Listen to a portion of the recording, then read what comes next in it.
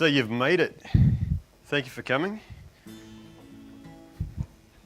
Let me just kill that. We were telling a story. Once upon a time. Oh, anyway. So the last session on the last day. This is a fantastic turnout. Thanks, guys, for coming. I thought we were going to get 4 people. So thank you for turning up. At least 6. I mean, 6 is here. So I'm guessing that means that you guys are interested in this awesome OS called Windows XP. Hey, excellent. So let me introduce myself. I'm Terry Chapman, for those who haven't met you before. I'm an enterprise architect with Microsoft. The reason this presentation came about is because of repeating the content of this presentation to many customers.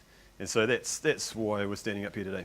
I'll let Pete introduce himself. My name's Peter Haig. I'm a technology strategist, which means I sort of wander around, talk to lots of government customers around our cool stuff and try and convince them to use what they've already purchased most of the time. Drink a lot of coffee. And I do buy coffee as well, so hit me up.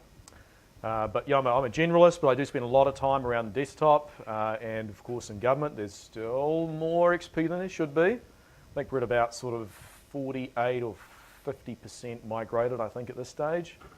So lots of work to do. So I spend lots of time talking about this, and more specifically around the things to do to get off XP.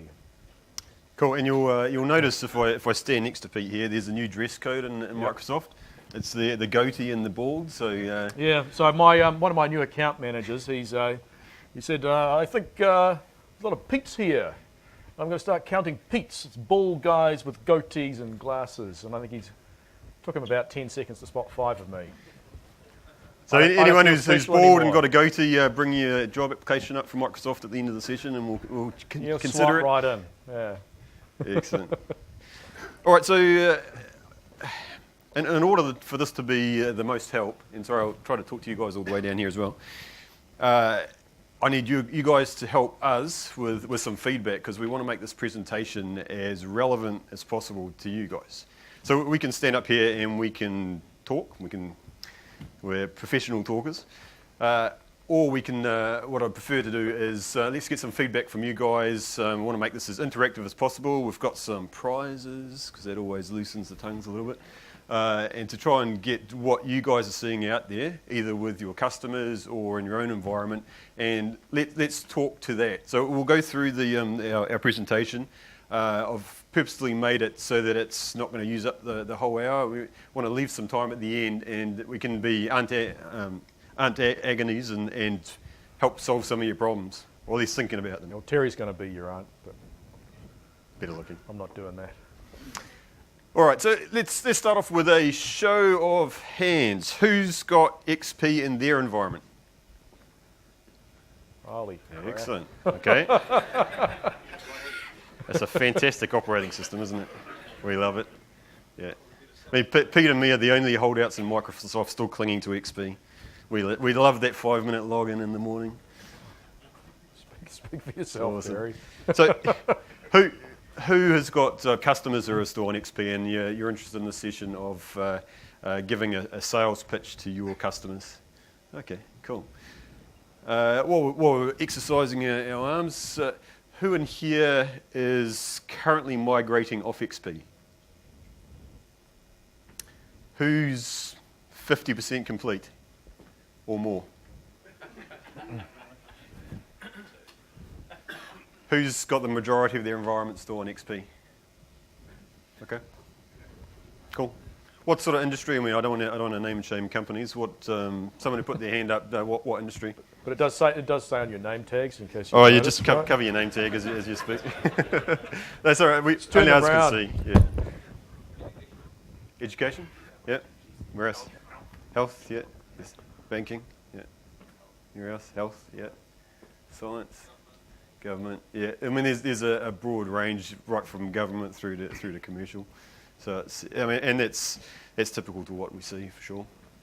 Okay, so today we'll give you some tools to take to your leadership team to help with this argument.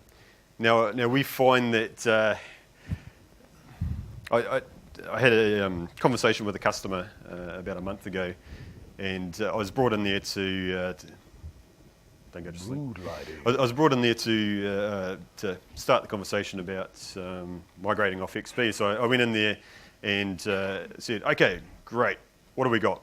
Nothing. We're thinking about migrating off Windows XP. Okay, cool. Have you got an executive sponsor? No. Okay, ooh. No executive sponsor probably means no money. Have you got any money? No. Okay, we've got a little bit of a problem. So we'll talk about that today as well.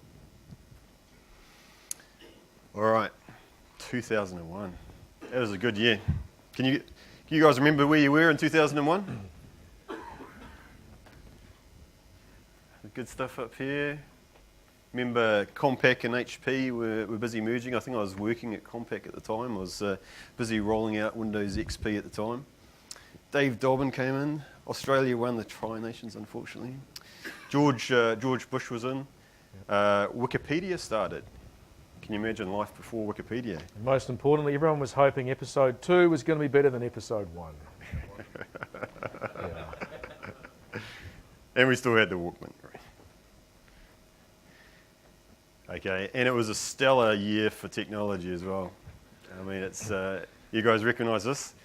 My favourite one, of course, is the Xbox. At the time, I was more of a PlayStation man, but I've changed my tune over the years for obvious reasons. And I also own one of those. Phones were cool. I had those. They were the bomb. Those phones were also the HP Pocket PC. Who had one of those? Did anyone have one of those way back when? They were the bee's knees. I was on the London Underground, and I'd figured out how to get video going on those things, which was you had to be wear a lab coat and be a rocket scientist to do that at the time. And I was the envy of all the commuters. And we had the digital camera. Man, that seems like it's been around a heap longer than that. Yeah. What were you doing in 2001, Pete? I think it was building PCs, I think, still, and servers, and they were all beige. Beige was good. Beige Who wants to bring back beige PCs? That's some good stuff. And of course, we had XP. Now, this was revolutionary when it came out, right? So we had, I mean, what are some of the features we had? We had media player, we had... Well, the big thing actually was, what do we call it? The new lunar interface. It was like radical. And we actually got a lot of feedback, and it's quite funny looking back. Everyone goes, well, XP, it's all tried and true, the familiar interface. But there was actually quite a big backlash against this new XP interface back in the day, which we've maybe seen just a little of recently with the new operating system. But XP had that exact same thing in its day. Change is good. It is good. Flash forward. 2003. A lot's happened over those years, isn't it? So, I mean, what's happened with Microsoft has bought Nokia. That's a bit strange. Who would have thought that? I mean, back in 2001, we had EDS disappeared. We had a whole bunch of stuff. So now we're on the cusp of saying goodbye to XP.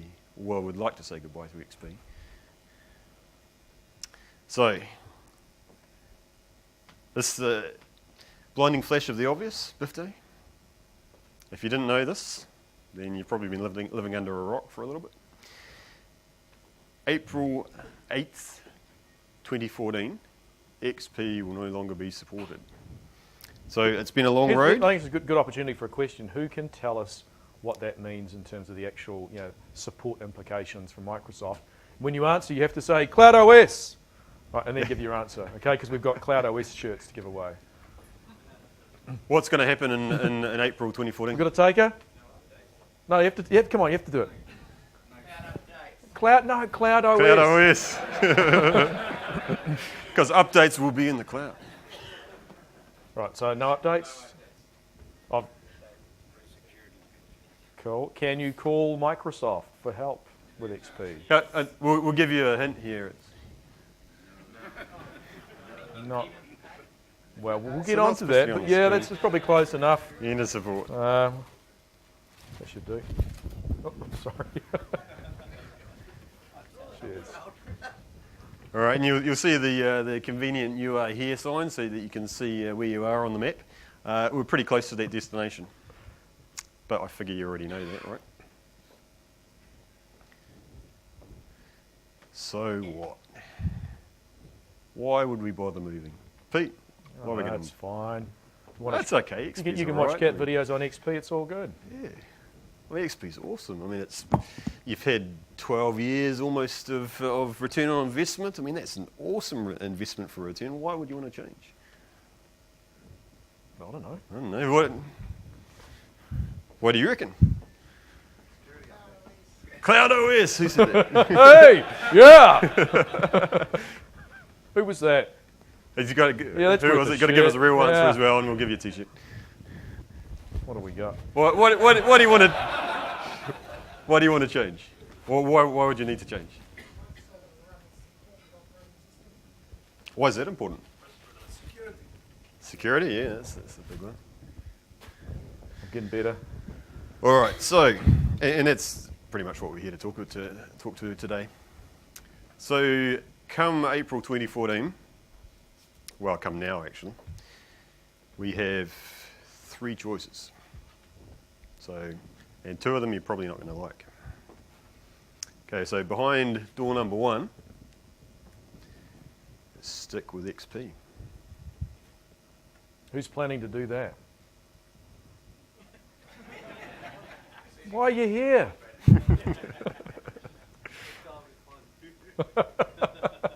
See what happens. Yeah. Sweet. Cool. All right. No, we've done that one. We've got a USB key up here as well. You have to use your USB key next. Vista, yeah. Well, you can. It's still supported. The next one is... It's called deferring the problem. The next one is... Hang on. We'll come back to Windows Go. So the next one is to buy custom support. Has everyone heard of custom support? Who's planning to buy custom support? And if you are, can I borrow some money?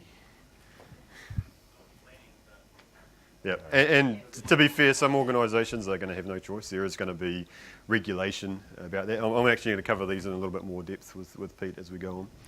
And the last one, by far your best alternative, and hopefully through the course of this week, you've seen some excellent presentations, such as Pete's one previously, which has given you some great reasons why you want to migrate as opposed to why you don't want to migrate off XP. So let's have a look at them one by one. Stick with XP.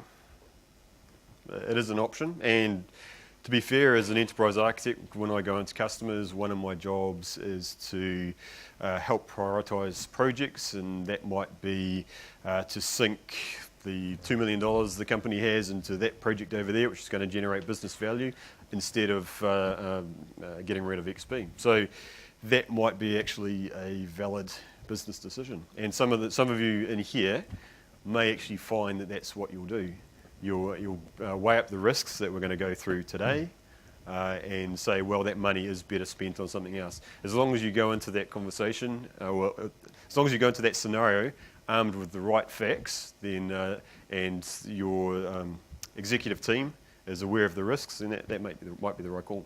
Yeah, and certainly what we've seen a lot of is that reasons why organisations are not off XP yet has been the ability to, I suppose, articulate a compelling business case. That's not just it hasn't been good enough to have a smouldering platform. It has to be a burning platform, and sometimes that's why customers are still are doing their projects now as opposed to maybe 2 years ago.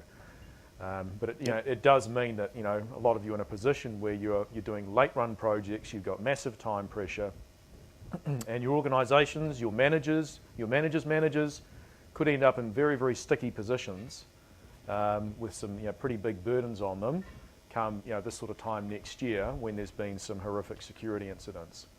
So I think really looking at the business case of why you don't want to be there. If there's ever been a time where you need to be good at doing that and enlisting support from other people, now is it. And to be fair, your case for let's upgrade because the old operating sucks and the new one's really cool, that's probably not going to get you funding. So you had a question?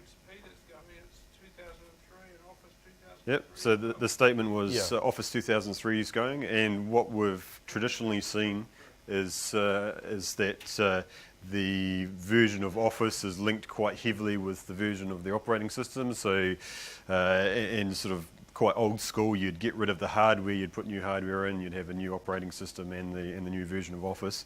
And so we do talk on the edges of 2003. Yeah. I just want to call out as well, the other big one coming is Server 2003. Yep. So that's not far away. Not so much the edge, your notebooks, etc. That massive footprint of old OS without security updates. Well, that's a big one that's coming. And if you're not already planning to migrate those workloads to a more modern operating system, then you need to start doing that as well. And, no, it's 2015 for Server 2003. And to be fair, we're going a little off track, but we'll come back in a sec. So Server 2003, when you go through the same process to migrate off that and the same justifications, you'll find that a lot of the justifications that you have for XP also fit into that category. Okay, so I think from our show of hands before, you're not alone. There's almost 45% of customers still have an XP presence in their environment. This is June figures that I got for last month. And so as I saw this graph, this was trending down, so I'm guessing by April next year it's going to be closer to maybe 25-30%, but that's still a lot of people, a lot of customers, yourselves included, which is still going to have XP in your environment at that time. So does end of support equal Y2K? I love this cartoon. I don't know. A lot of us thought that the year 2000, the bug with the 2 digits, not the 4 digits, was going to end all civilization as we knew it. Do we think that end of support with Windows XP is going to do that? No, not really. No. It's going to be a more cumulative effect, but let's have a look. So what does it actually mean? And I think we got some good answers here before. So after April 8th, 2014, there are no new security updates, no non-security hotfixes, and so if a hardware vendor does actually provide a driver for you for a piece of kit after that date and it blows up XP, there will not be a driver out or a hotfix out from Microsoft to fix that. No free or paid assisted support options, with the exception of custom support, which we'll cover in a minute. And no online technical content updates, which you may not miss because I don't think it's probably updated that much anymore. So, some good reasons why not. So I've got 4, and I'll get Pete to help me out with fleshing them out. This is what you take to either your customer or to your management team to say, these are the good reasons why we need to get rid of XP. First one's security risk. So I like this title, Windows XP Retirement Will Be Hacker Heaven. So it's a good article from Computer World US actually, and it's one thing in the article, and I've seen it repeated elsewhere, is that there's you get, if you're a bad guy and you want to do an exploit on an operating system, you can pay someone who's smarter than you at doing that stuff, sort of 50 to 150k, and buy an exploit. Now, what's been proven out is that there's new exploits being found in XP which are being banked. So a hacker might find an exploit today and think, I'm going to sit on that because it might be worth 50k to me today, but come April 2014, that might be worth 200k because there is going to be no fix for it. I mean, I think you guys are all pretty familiar with Microsoft's patch cycle. We have the patch Tuesdays, which because of time zone, it's actually Wednesday here, and when a vulnerability comes out for an operating system or any Microsoft technology, we're pretty quick off the mark to fix it. Quite often proactively, sometimes reactively for 0 day. That won't happen anymore with XP. That alone is probably its most scary thing for your company. Antivirus vendors are going to be, well, they're already jumping ship, and you've probably already seen this in your environments. It's getting harder to get modern antivirus. I mean, show of hands of who's running XP, who's running quite older versions of antivirus because the latest ones don't work. Okay, yeah. Couple of nods. I think around the hacking side of things, you're probably all aware of the, I suppose, overall trend away from script kiddies, etc., towards more organised cybercrime. And unfortunately, what we do see is, a lot of the organisations who have not completed migrations are quite large. It could be things like banks, government agencies, and they could well be targets of security exploits and hacking attempts, and holding these organisations to ransom or publicly embarrassing them in a massive way. So it is increasingly clever people, and often using social engineering to get people to run things, etc., inside their machines. So, yeah. Yep, definitely. And you would have seen this slide if you'd been to Pete's session. So this is the amount of infections per 1,000 from the security intelligence report. Yeah, that's right. And so it's obvious that it's a lot less secure.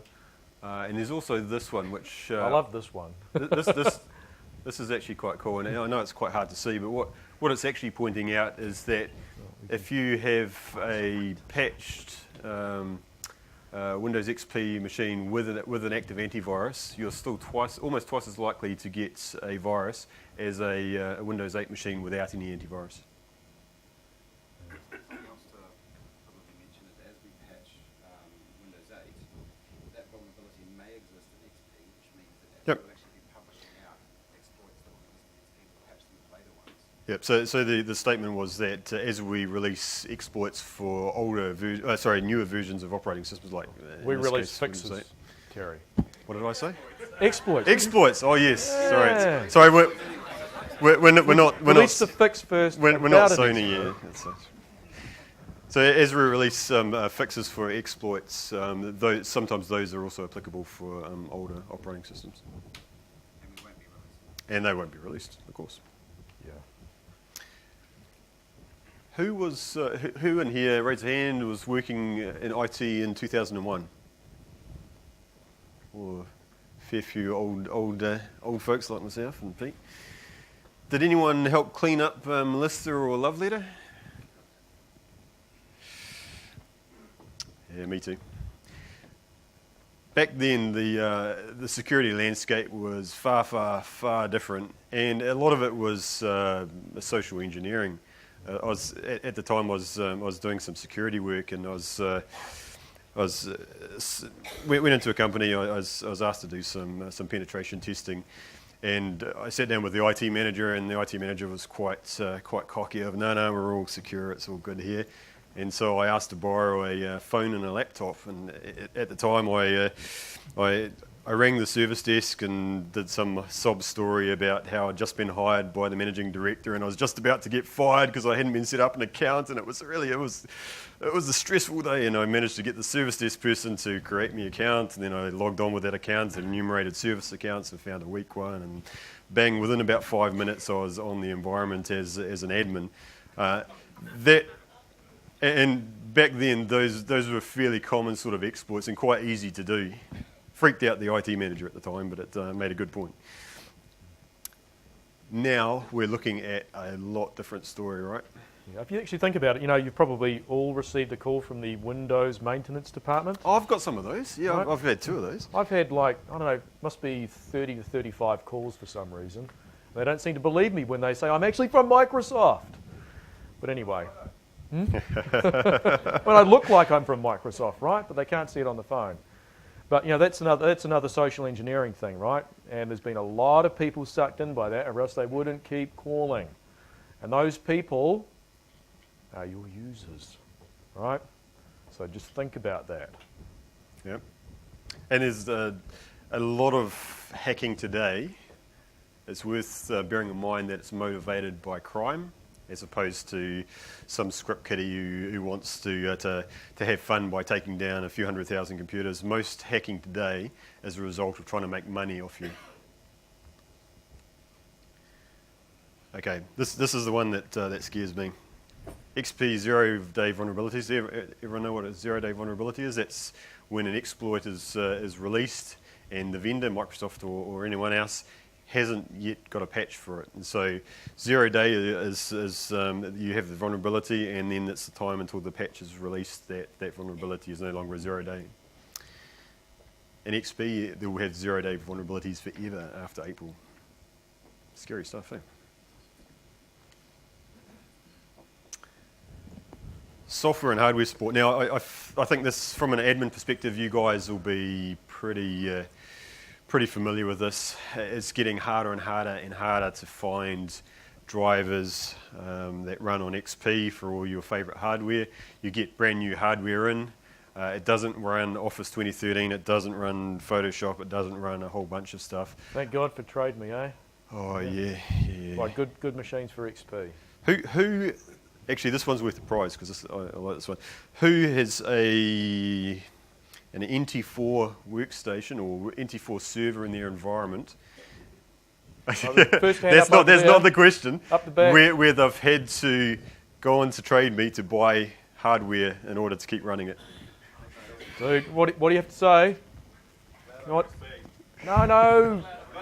Yeah. Oh, you get a USB. Well done. Oh, okay. Still good. Can you imagine doing that across your 1,000 desktops? I like these stats. Remember when you had a computer that was 233 megahertz? Powerful stuff. What was that, a 386? Or?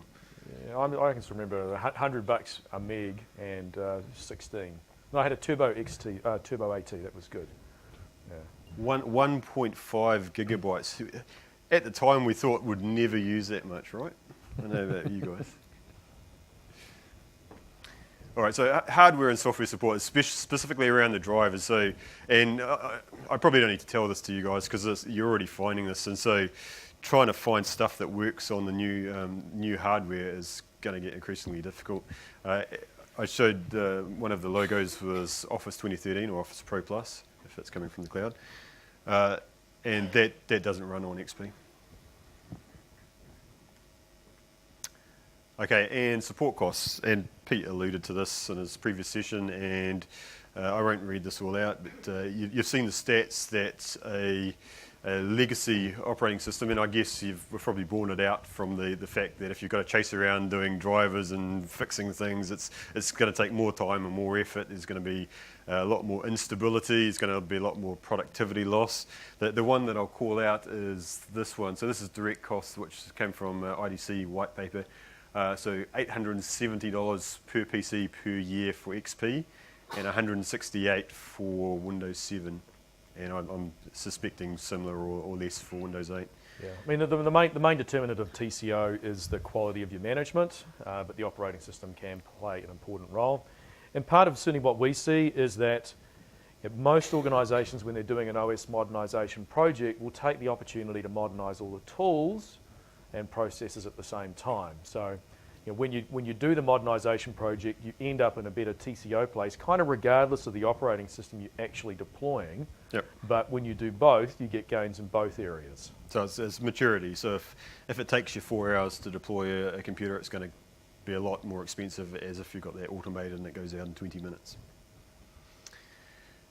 So if you've talked to your executive team or you've talked to your customer and they said, we can't afford to migrate, we can't afford to upgrade to Windows 7 or Windows 8, then these are good independent stats where you can start saying, well, it's actually costing you 7 times more a year to support that old operating system. Should we divert some of those funds into actually getting off it? I mean, this always gets into a funny area. A lot of this is around the soft costs of running an environment, right?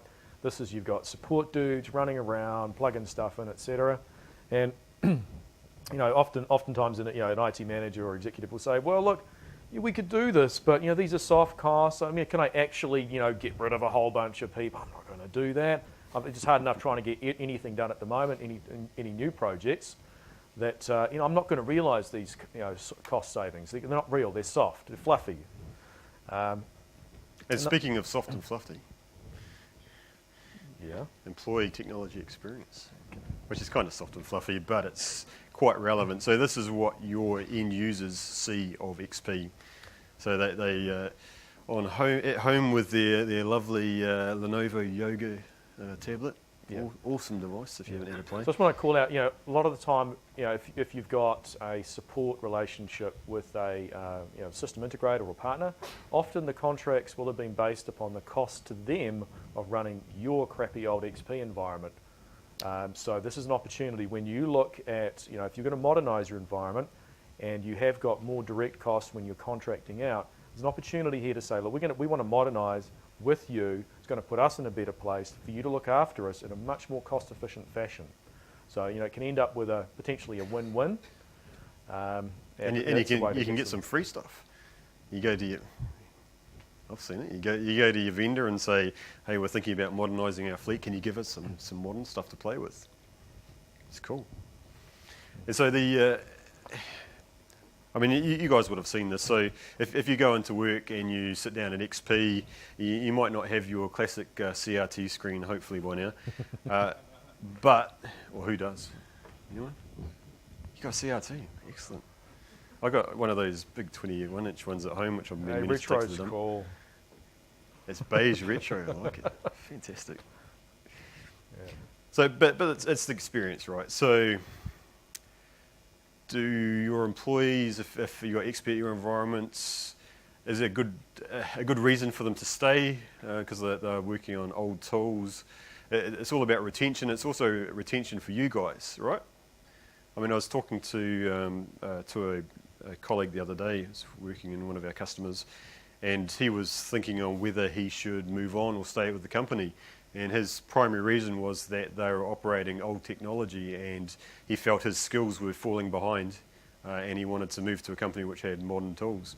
Now that's valid for you guys. It's also valid for your end users. I mean, their skills need to be maintained in the workplace. And it's things like all the horrible stuff which you already know, like 5-10 minutes to log in. I mean, I've seen some horrendous stats of you go log in and then you go away, get a cup of coffee, and then you come back. And Here's a good one. Having a catch up with Tony Sanchez from Citrix, who's just flown in.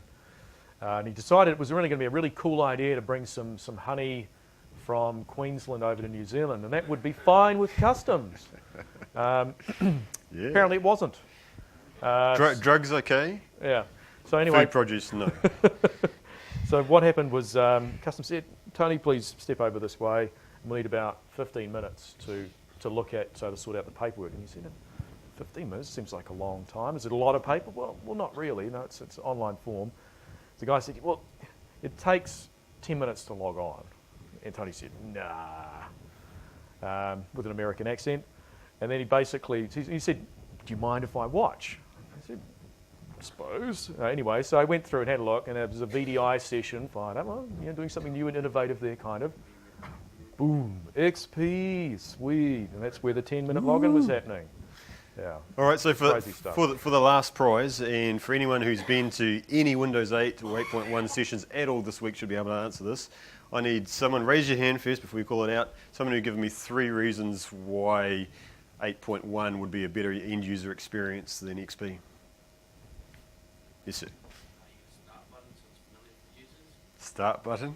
That's kind of borderline, yeah. Anyway, next one. I'll give you that. Yep, customize Windows UI. We don't call it Metro because of some copyright stuff out there. Yeah, it's cool. So they can personalize it to their own.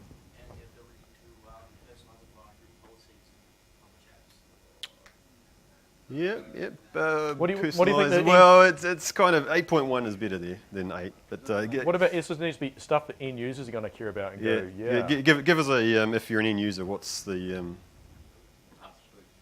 touch potentially? Yep. Cool. Limited reboots. That's cool. Yeah, a couple more. I'll give. You have to shout it. No, this was the last one. Sorry. So how about? Hopefully, I'm not going to squeal in your ear. Overlay background. Oh, yeah. Yeah, it's good. But the end users don't really care about that stuff. I mean, it's the things that they care about is I keep going back to the boot time, but that's so important. I mean, I've got one of those nice new Dell XPS 12s. I turn it on in the morning, and before I can even stand up to go and get my cup of coffee, it's at the screen. I swipe in, and then I'm at my desktop. It's about 10, 12 seconds tops. I mean, it's just really, it fast. It goes like the clappers. It supports all the cool new modern hardware they actually want to use. And you can use new software on it and connect to new things like cloud services, etc. Faster to shut down, Wi-Fi connectivity, you connect to the Wi-Fi in about a second as opposed to 5 or 6 seconds, which was Windows 7. So it's even in Windows XP 3 or 4 minutes, who knows. And Bluetooth connectivity, there's a whole raft of end user experience things which are much better. So this is your end users are already sold on this because as you see from this, they're already using it at home. Right. Buy custom support. You don't want to do this. Premier's nodding. We do not want to take your money for custom support, and I'll tell you why. Okay, so let me give you a very, very brief guided tour of what the Microsoft life cycle looks like. So we've got mainstream support. Woohoo! That's everything that's working today. Anything that's modern is under mainstream support, right? And then after a time, so let's take XP for instance. So it came online December 31st, 2001, and right up until April 2014, 2009, which is actually a really long time. It's longer than what we normally have for mainstream support.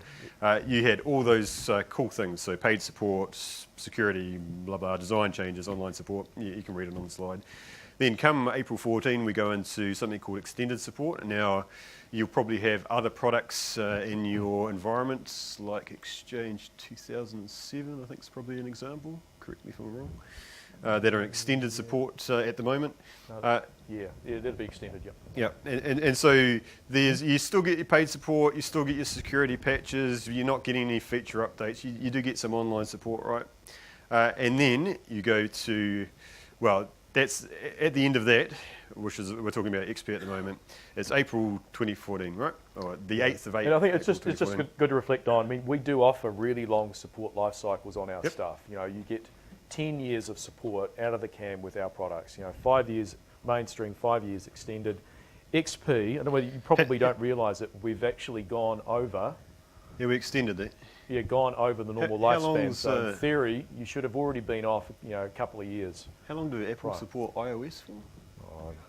So it's like 10 minutes and then it goes to the next one? Or? Sorry? They support N-1. Okay, N-1. Well, this is 8.1's about to come. 8.1 will be out before XP expires, and so that'll be 4 generations. Yeah. Someone had asked me, I wouldn't have given you an extension. You're just mean. I mean, it's still Maybe. And so you'll see up here that I've put some dollar signs. Paid support is only through custom. You can get security updates, but you've got to pay a lot of money for them. And same with the non-security hot fixes. You can pay a team of developers within Microsoft to develop a hot fix which is specific to your environment. Yeah, you don't want to do that. If you're getting into custom support, this is a big chunk of cash which would be much, much, much, much better used actually funding part of your project. If you need to ask how much, you probably can't afford it. Yep. Okay, so it's you can get a proposal, and it's. I'm a bit tongue in cheek with this because I know that some of you will have to go on custom support, but let me be really, really, really clear that this is a temporary measure for you, right? So this is a stopgap, which is because your customers demand it or there's regulation that demands it. In order to get you over the hump, maybe you're busy migrating, but you're going to miss the deadline. And I know quite a few are in that situation at the moment. And you need to pay custom support for a time to take you over to finish that migration. So aware that you need to do that. But what I'm saying is that if you know you have to do that now, if you're on a project trajectory, you're migrating to Windows 7 or Windows 8 or 8.1 today, and you've looked at your Gantt chart and you're not going to make it, and you know you're going to have to do custom support, then take that money that you would have spent in custom support, and this is what Gartner's saying as well, take that money and pull it forward and Resource up. resource your project so that you can finish faster. Yeah. And even if you do, we won't go custom support unless you have a plan. Yep, true. So it's there's a Premier guy down here who deals with the custom support. Ant Willis, if you want to come and introduce yourself later, if you have to go down that path.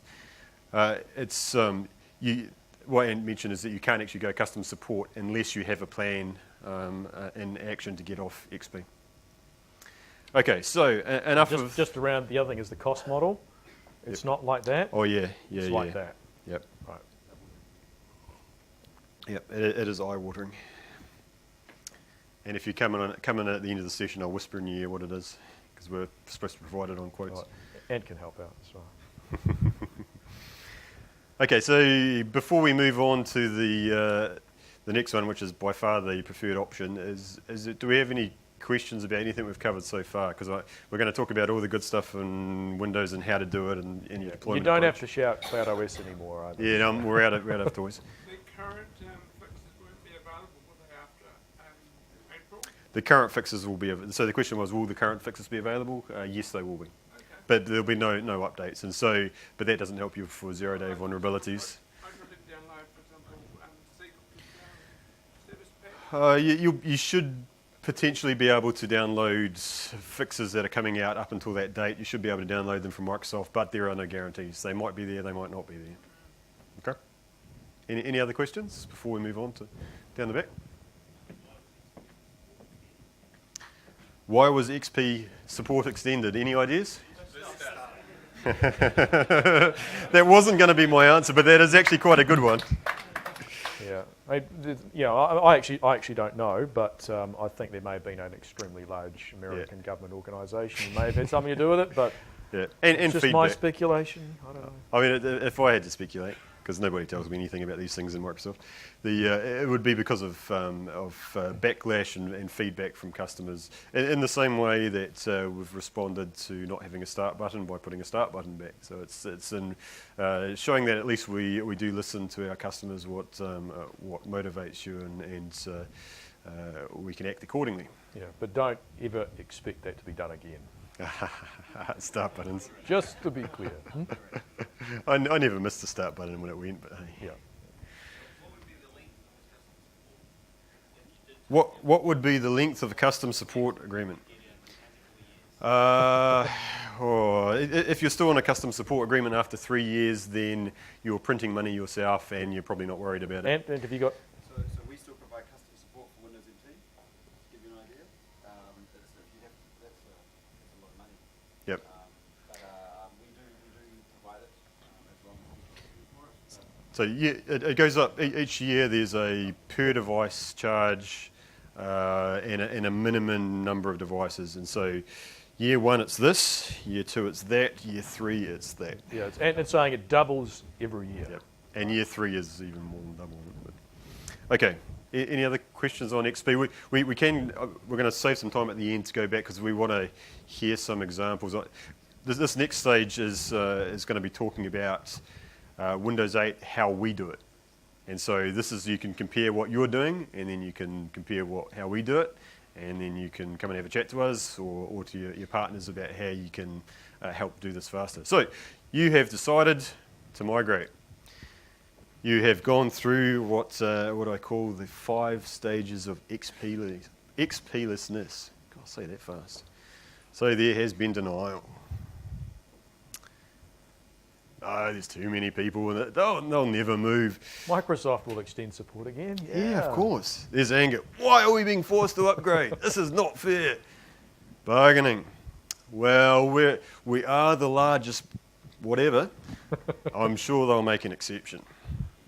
Depression. Oh, okay, but there's just so much to do. And then finally, hopefully you're at this point now, not one of the pre-stages, is acceptance. Okay, we know there's lots to do, but let's go ahead and modernise our desktop. Go, go, go! What now? Okay, so let's step you through the most important things. So these are where some of the takeaways from this session will hopefully come from. So one, we've given you a bunch of stuff which, if you weren't sure how to approach your management team or your customer, to say we need to get rid of XP and these are the good reasons. So now you've got some good reasons, some really good reasons. Now this is for the so what. Okay, so what do we do now? Okay, the most important thing to remember is you don't have to do everything before you do something. Okay. So, and I see this quite regularly because I'm brought into customers quite regularly, and Pete's the same. And we say, okay, what's happening? What are you doing? And they're analysing, and they're assessing, and they're doing some more investigation, and they're inventorying their applications, and they're prioritising applications, and they're doing some more assessment, and blah blah blah blah blah blah blah. Okay, great. How many of you migrated?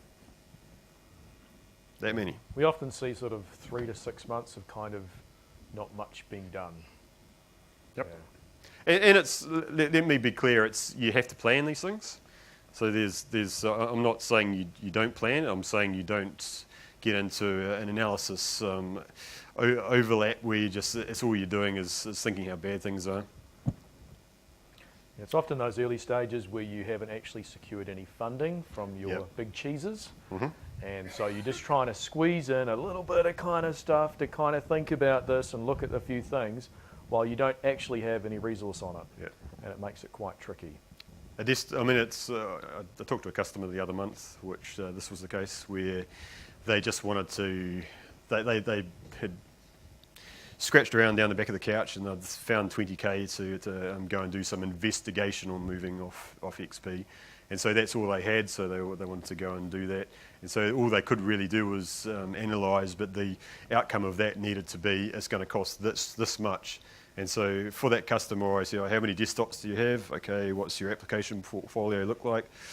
Okay, if I had to spitball it, I'd say budget $2.5 million to do that.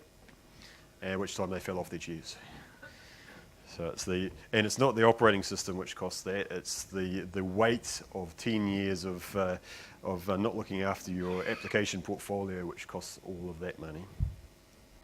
So, if then go to, so if you're on XP today and thinking about upgrading, stop thinking, start doing, move directly to 8.1, okay? If you're on XP and Windows 7 and you're busy migrating, our advice to you would be finish migrating. So don't stop mid-project and go, okay, what are we going to do with 8 or 8.1? Keep going, keep the foot down, keep doing Windows 7, but start planning for Windows 8.1 and look where you can start overtaking that in the current project. So you've heard lots and lots of stuff this week about mobility. Great target. So if you're doing Windows 7 today and you haven't done the laptops, carry on doing 7 across all your desktops, do 8.1 on your laptops and tablets, and then come back around and cycle back through your desktops with 8.1.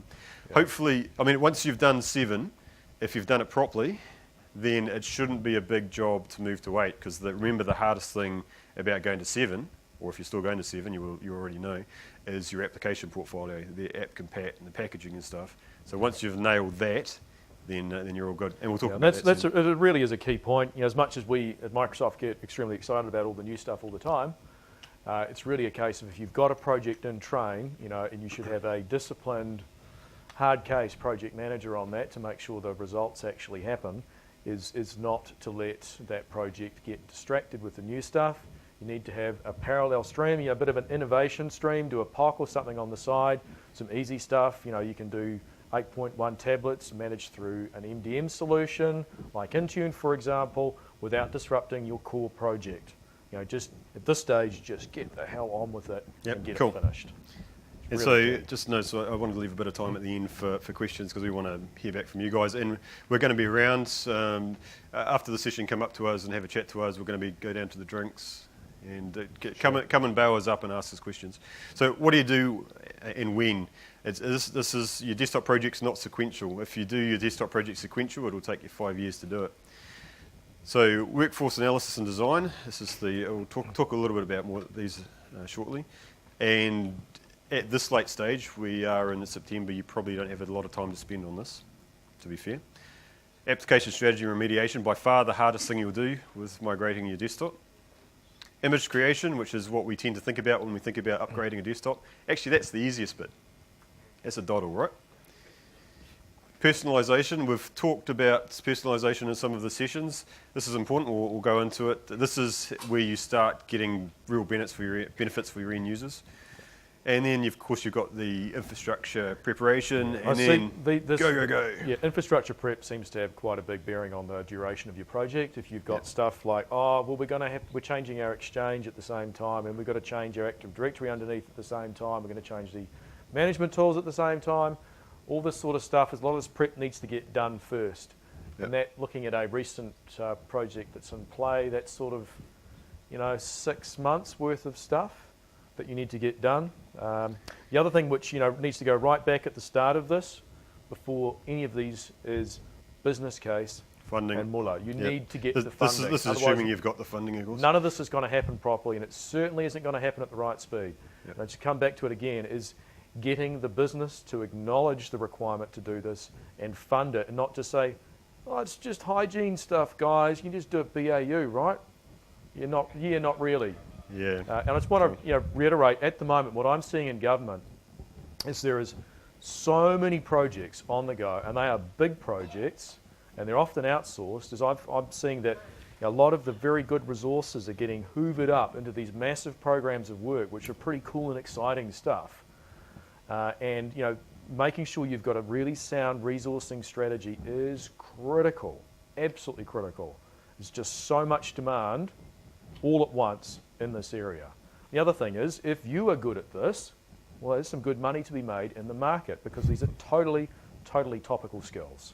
Yep. And between now and April, you'll be in high demand.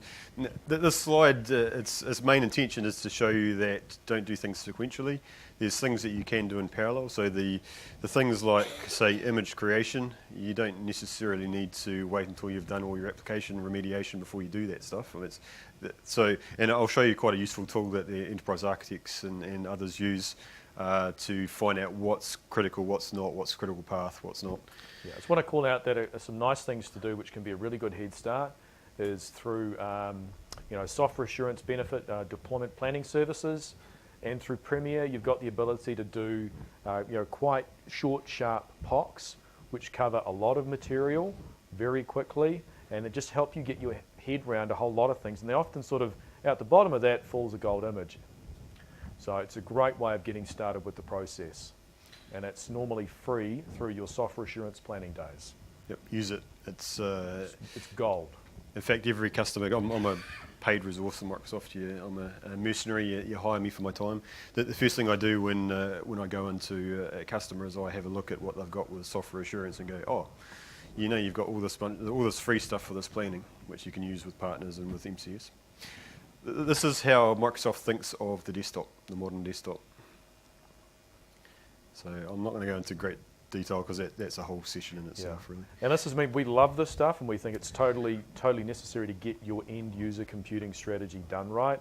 But often what I'm seeing at this stage is customers are just saying, we just need to modernise. Yep. We're not going to do the aspirational stuff. We're not going to do the cool stuff. We just need to do the basics and get it done right now. So there's two ways you can do your desktop, right? You can do a like-for-like replacement, and that's what I've seen for the last 12, 18 months. The bigger you are, unfortunately, the more you're probably going to have to do that, but just have an innovation track alongside. Yep. But let's be clear, the like-for-like replacement, so crossing out XP, or any version for that matter, and replacing it with 7 or 8 or 8.1 is not actually going to get to many good business outcomes. So at this late stage, I've got to say this is the last TechEd before end of support, and by the time this session won't be done next year because we're already well past it. So at this stage, concentrate on a like-for-like replacement. Do this workforce analysis and design in parallel, though, because I've talked to a customer a little while ago that was doing VDI across everyone. Okay. Excellent, great. How does that work with your mobile users and your disconnected users? Oh, yeah, I don't know. Okay. So this is where the workforce analysis, you profile your users. I'm not going to go into it because we'll run out of time. You profile who your users are, what they do, a day in their life, the scenarios that are right for them to be able to do their jobs, and then you create the designs in order to meet those those needs. And the key thing is if you're not doing things in an aspirational, game-changing way, then make sure you have the flexibility when you're making your decisions so that you leave yourself with those options to the greatest degree. Right, who, I haven't got any prizes left, but I'll stretch your arms anyway. Who has found that application strategy and application remediation is the hardest thing of what you're doing with your desktop? Yeah. Any reasons why? It's a mess, yeah. Legacy apps not maintained. How about someone from over this side of the room? What are you finding with your application remediation? Mess, yeah, common theme. Legacy hardware, yeah, that's a good one too. Yeah. Nobody knows how many we've got. So that's sort of 10 years or more of neglect of your life cycle portfolio. This is a good opportunity to fix that, or you could just repeat the same mistakes, repeat history, and then be in the same place in 5-10 years' time. This is one way of looking at it. So one thing we found when we did ours, and I've seen it on a number of others, is that you already have a really good resource who knows all your applications and there's a desktop support team. yeah. So few of these projects take somebody out of desktop support and second them into the project. They're getting contractors who then have all the IP Yep. at the end of it and no experience. That's a good point. So the statement was that your desktop support often have the best idea of, especially your line of business applications, what they do and what some of the challenges are. So think about seconding those into the project. So because this is the hardest area, we'll just do a couple of do's and don'ts. So do reduce your app count. If you've got 5,000 applications today, let's say, think of remediating all those applications is going to take you a boatload of time. If you want to get down to 1,000 or You want to package 500. or sequence 50 versions of Acrobat Reader, or maybe just one. Yes. Don't get wrapped around the wheels. So I'm going to be talking with a customer over the next couple of weeks whose project is, their desktop project is stalled because they've got wrapped around the wheels of application remediation. And so I'll go in there, I'll help them prioritise, I'll go, okay, which ones are the important ones, which ones don't we care about, which ones that we're not even going to test at all because there's not enough users, and help get that back on track. Which sort of segues into don't try to remediate every last application. Yeah, I think it's really important to basically look at, what is your logical deployment chunks. If it's a hospital, can we do this ward in this fashion? If you can understand which applications exist in which area, it makes it a lot easier to actually get from A to B and just get some stuff done. Which is the next point of prioritise your business critical. So don't start with the easiest ones, don't start with the hardest ones, although the hardest ones are sometimes the business critical ones as well, unfortunately. Start with the ones which are most important to your business and work your way down. So if at the end of the day you've got 500 applications, start with the most important application to keep that business working, and then work your way down from that and prioritise like that. And by the time you get down to application number 237, the rest of them are just that they're not so important. If they do break, they can be fixed. But your application number 1, if that doesn't work for your desktop migration, then you're in deep doo-doo. Do take the opportunity to virtualize. Now, whether you have the time or not now to do that is questionable, but this will stop you having to do this whole thing again for the next operating system reboot. Yeah, the rule of thumb here is if you're going to have to touch an application and repackage it, etc., then the thing is virtualize that app. Abstract you it can out. use something like AppV. Compared to traditional packaging, AppV is a lot faster, a lot simpler, and it's a lot better in terms of actually taking cost out of your environment in terms of how you deploy, update, and manage those applications. This is an area where you can make a real TCO gain, but it's a case of if you don't need to touch applications, maybe don't touch, virtualize those ones. Anything you are touching, absolutely do it. All right, let's move on. We've only got a couple minutes left. So, and one last thing with app remediation, don't forget about Internet Explorer. That's a whole other topic. Talk to Chris Jackson, talk to Ant, he'll be able to help you with that. Yep. What about tools? So the big thing around apps, there are some absolutely amazing tools available to help you with this. Things like AppDNA from Citrix, Flexera Admin Studio, and Quest Changebase.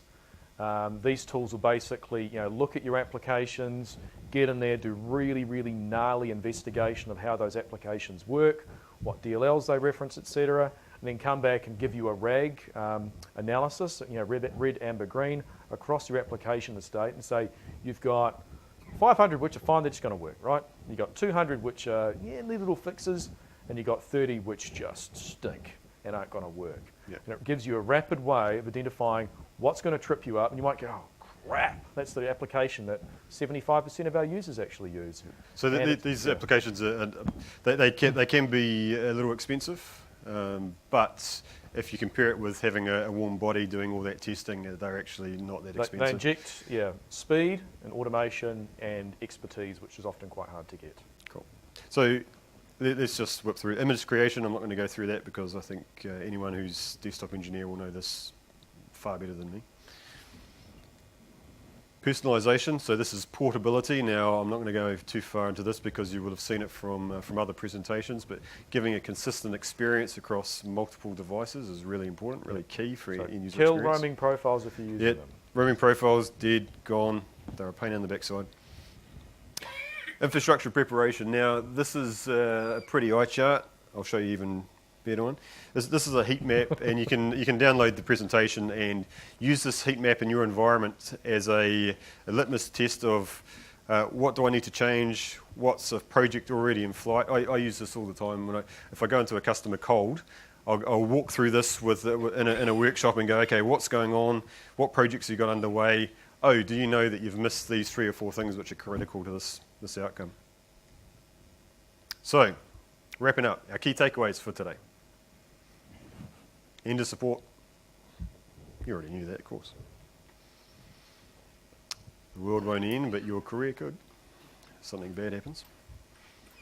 Migrating to 7, keep going. Still on XP. Start migrating now. And I'll just show you this. So remember the concurrency. So you're not going to do everything at once. That's really key. Yep. Right, related content. This is the last session. So welcome to the end of TechEd. There is some drinks coming up very shortly. So meet us downstairs. We've run out of time for questions. So come up and have a chat to us after the session. So thank you very much for your attendance. I really appreciate it. And thank you for coming to TechEd.